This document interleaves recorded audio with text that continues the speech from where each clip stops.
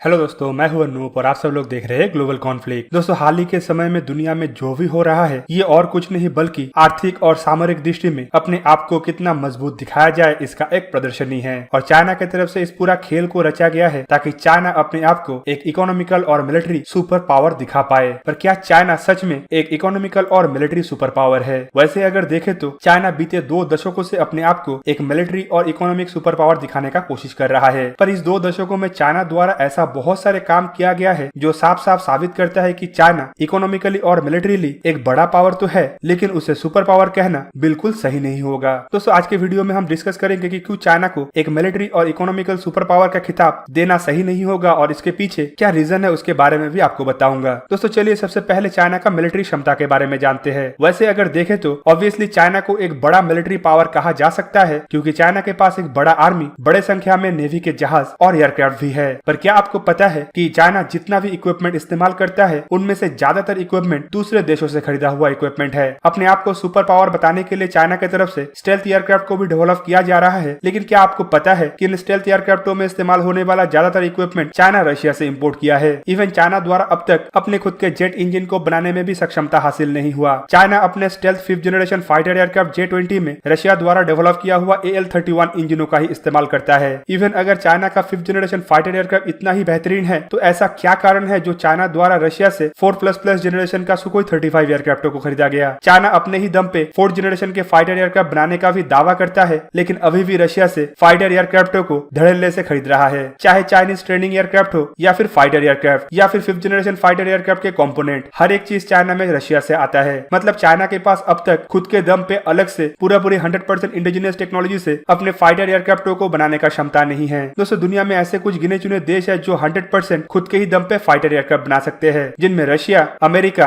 France और Britain शामिल है। जबकि बाकी के देशों के पास फाइटर एयरक्राफ्ट बनाने का क्षमता तो है, लेकिन अभी भी उनके पास फाइटर एयरक्राफ्टों के इंजीनियरिंग और टेक्नोलॉजी नहीं है। तो चाइना कैसे एक सुपर पावर हो सकता है जो खुद के दम पे फाइटर एयरक्राफ्ट नहीं बना सकता और जिसके पास खुद का जेट इंजन भी नहीं है? और दोस्तों, खाली इतना नहीं, चाइना की तरफ से अपने मिलिट्री को सपोर्ट करने के लिए सरफेस टू एयर मिसाइल के मामले में भी रशिया का ही मदद लिया जाता है। चाइना द्वारा वैसे तो देखिए बहुत सारे सरफेस टू एयर मिसाइल बनाया जा चुका है, लेकिन चाइना अभी भी रशिया के S-400 सिस्टम को ही सबसे एडवांस तरीन सिस्टम मानता है और अभी भी रशिया से S-400 सिस्टमों को खरीदा जा रहा है। दोस्तों, दुनिया के ऐसे कोई भी देश अपने आप को सुपर पावर नहीं बोल सकता है जो मिलिट्री के जरूरतों के लिए दूसरे देशों के ऊपर निर्भरशील हो। चाइना के 3rd जनरेशन के टैंक हो या फिर चाइना के 2nd जनरेशन के टैंक, हर एक टैंकों को रशिया के ही टैंकों से ड्राइव किया गया है। चाहे चाइना के टाइप 59 या टाइप 69 हो या फिर चाइनीज टाइप 90 टैंक, दोनों टैंक को ही रशिया के T-55 और T-72 के तर्ज पे बनाया गया। जबकि चाइना के पास अब तक T-90 के बराबर का कोई भी टैंक नहीं है और T-14 आर्माता तो भूल ही जाइए। इसके अलावा चाइनीज नेवी को देखे तो चाइनीज नेवी में सर्व करने वाले nuclear power ballistic missile submarine भी रशिया के ही डिजाइन को हायर करके बनाया गया है। चाइनीज पहला एयरक्राफ्ट कैरियर लियोनिंग भी पूर्व सोवियत यूनियन के द्वारा डिजाइन किया हुआ किडनीस्कोप क्लास के एयरक्राफ्ट कैरियर है। इसके अलावा चाइना की तरफ से जो पहला शांगडोंग एयरक्राफ्ट कैरियर को बनाया गया है उसका भी डिजाइन लियोनिंग से ही लिया गया। दोस्तों, तो सिंपली आप सबको पता लग रहा होगा कि चाइना अपने आप को सुपर पावर कहलवाने के लिए जितना PR कंपनी कर रहा है उतना अगर रिसर्च एंड डेवलपमेंट में मेहनत किया होता तो शायद आज चाइना, अमेरिका और रशिया जैसे बड़े पावर नहीं तो कम से कम ब्रिटेन और फ्रांस जैसे self reliance mini super power बन सकता था।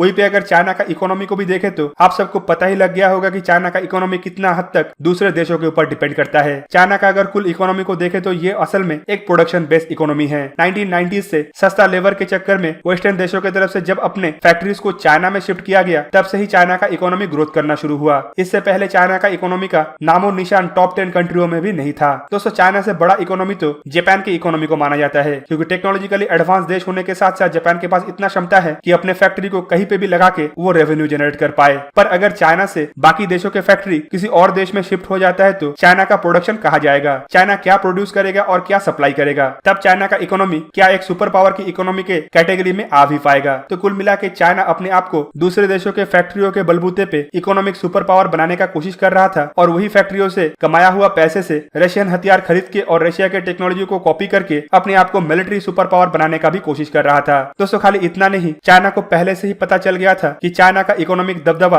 और ज्यादा दिन तक टिकने वाला नहीं है क्योंकि दुनिया के देशों की तरफ से चाइना में लगाया गया फैक्ट्रियों को शिफ्ट करना ऑलरेडी शुरू कर दिया गया था और इसे ही रोकने के लिए चाइना की तरफ से इस महामारी को फैलाया गया है, ऐसा भी बहुत सारे एक्सपर्टों का मानना है। चाइना इस महामारी के आड़ में बड़े बड़े कंपनियों के अंदर अपना शेयर खरीद के उन कंपनियों का प्रोडक्शन फैसिलिटीज को चाइना में बरकरार रखने का कोशिश कर रहा था और चाइना का यह मंसूबा मंसूबा भी फेल हो चुका है और जल्द ही चाइना का ये सुपर पावर बनने वाला सपना भी चूर होने जा रहा है। तो दोस्तों आप लोगों को क्या लगता है कि चाइना के पास क्या इतना क्षमता है कि अमेरिका से सुपर पावर का खिताब को छीन के अपने नाम कर पाए? कमेंट करके जरूर बताइए। साथ ही साथ वीडियो कैसा लगा जरूर बताइएगा और ऐसे ही वीडियो को देखने के लिए मुझे इंस्टाग्राम, ट्विटर और फेसबुक पे सपोर्ट कीजिए। और अगर आप लोगों को ये वीडियो अच्छा लगा हो तो लाइक कीजिए, अपने दोस्तों के साथ शेयर कीजिए और मेरे चैनल को सब्सक्राइब करना मत भूलिएगा और सब्सक्रिप्शन बटन के साइड में बना हुआ बेल आइकन को प्रेस कर दीजिए और मेरा वीडियो देखिए सबसे पहले। जय हिंद।